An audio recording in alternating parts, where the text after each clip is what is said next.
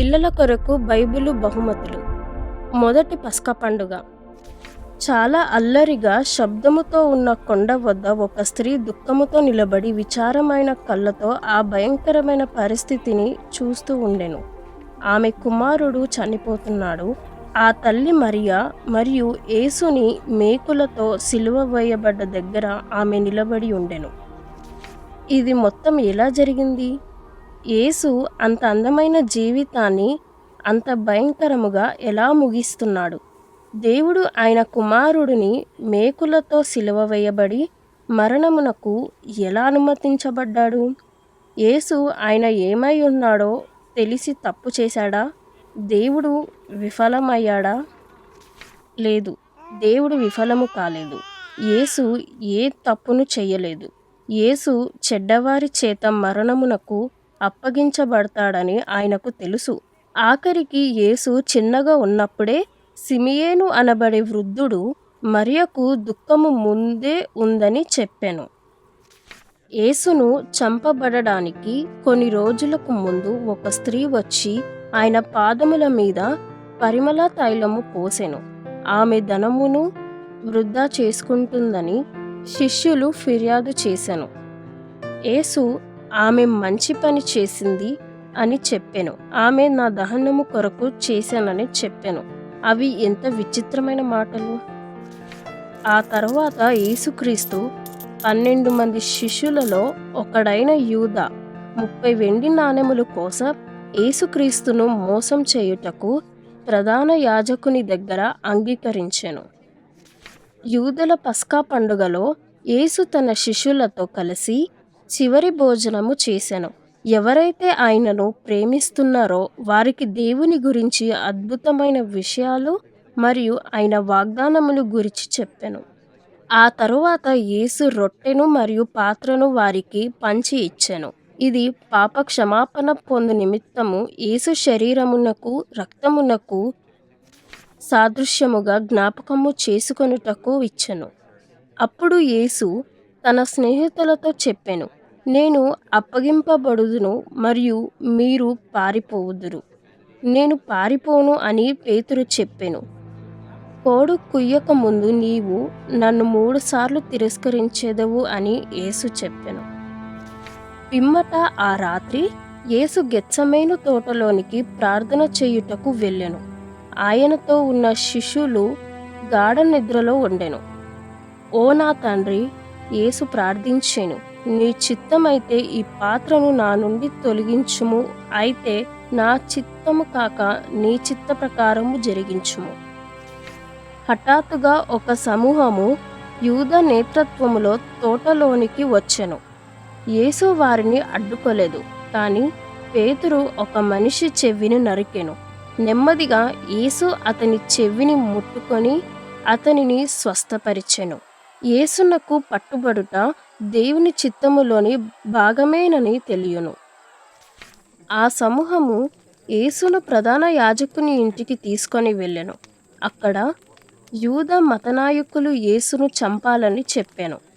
దగ్గరలో అక్కడ చెలి కాసుకుంటున్న సైనికులతో పేతురు నిలబడి ఇది చూసెను. అక్కడ ప్రజలు పేతురు వైపు తేరిచూచి 3 సార్లు పేతురును అడిగెను, నీవు యేసునితో ఉన్నవాడవు కావా? అందుకు పేతురు 3 సార్లు యేసు చెప్పిన విధముగా నిరాకరించెను. పేతురు ఇంకా సహించుకుని దుఃఖించెను. కోడి కొక్కరోకో అని కూసింది. అటు తర్వాత కోడి కూసెను. అది పేతురుకు దేవుని యొక్క స్వరముగా అనిపించెను. యేసు మాటలను గుర్తుకు తెచ్చుకొని పేతురు వేదనతో దుఃఖించెను. యూదా కూడా పశ్చాత్తాపము పడెను. యేసుక్రీస్తు ఏ పాపము తప్పు చెయ్యలేదని అతనికి తెలుసు. యూదా 30 వెండి నాణెములు తిరిగి ఇచ్చుటకు వెళ్ళగా యాజకులు వాటిని తీసుకొనకపోయిరి. యూదా ఆ డబ్బును క్రింద విసిరివేసి బయటకు వెళ్ళి ఆయనకు ఆయన ఉరి పెట్టుకొనెను. రోమ పరిపాలకుడైన పిలాతు యొద్దకు యాజకులు యేసుని తీసుకుని వచ్చిరి. నేను ఈ మనిషిని యందు ఏ దోషము కనుగొనలేదు అని పిలాతు చెప్పెను. కాని జనసమూహము అతనిని సిలువ వేయుడని కేకలు వేసిరి. చివరిగా యేసును సిలువ వేసి చంపుటకు పిలాతు అప్పగించెను. సైనికులు యేసుని గుద్దిరి. ఆయన ముఖముపై ఉమ్మి మరియు ఆయనను కొరడాలతో కొట్టిరి. ఆయన తల మీద క్రూరమైన పదునైన ముళ్ళ కిరీటమును పెట్టి గట్టిగా ఒత్తిరి. అటు తర్వాత ఆయనను వారు చెక్క సిలువపై మరణించుటకు మేకులను దిగగొట్టిరి. ఆ విధముగా యేసు మరణించబోవుచున్నాడని ఆయనకు తెలియును. ఆయన యందు నమ్మకముంచు పాపులకు పాప క్షమాపణ ఆయన మరణము ద్వారా కలుగునని ఆయనకు తెలియును. యేసుతో కూడా 2 దొంగలు సిలువ వేయబడిరి. ఒకడు యేసుని నమ్మి పరదేశికి వెళ్ళెను, వేరొకడు నమ్మకపోయెను. చాలా గంటలు శ్రమ భరించిన తర్వాత యేసు సమాప్తమాయెను అని పలికి మరణించెను.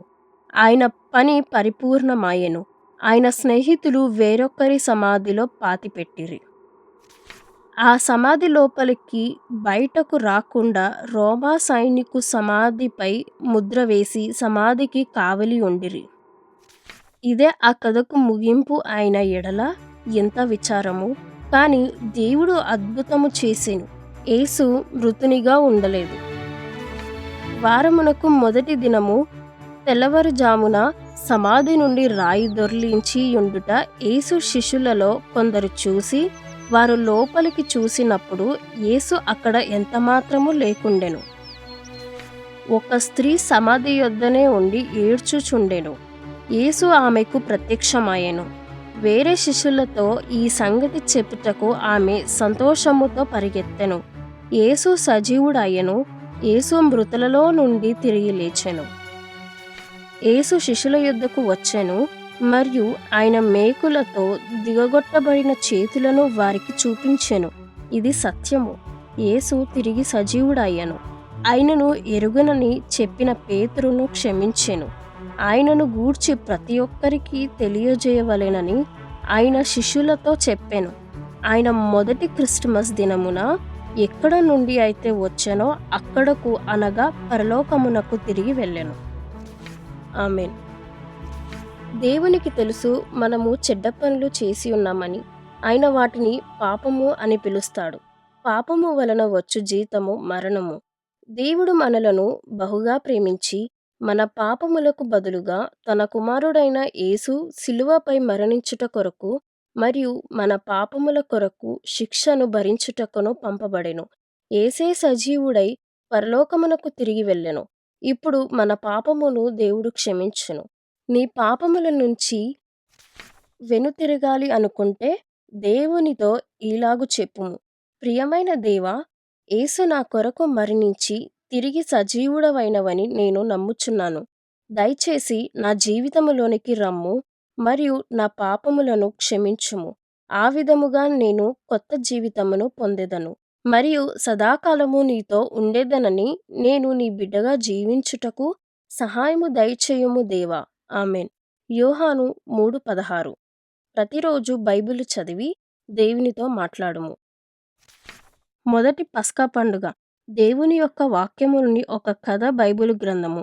దీనిలో కనబడుతుంది. మత్తాయి 26:28, లూకా 22:24, యోహాను 13:21.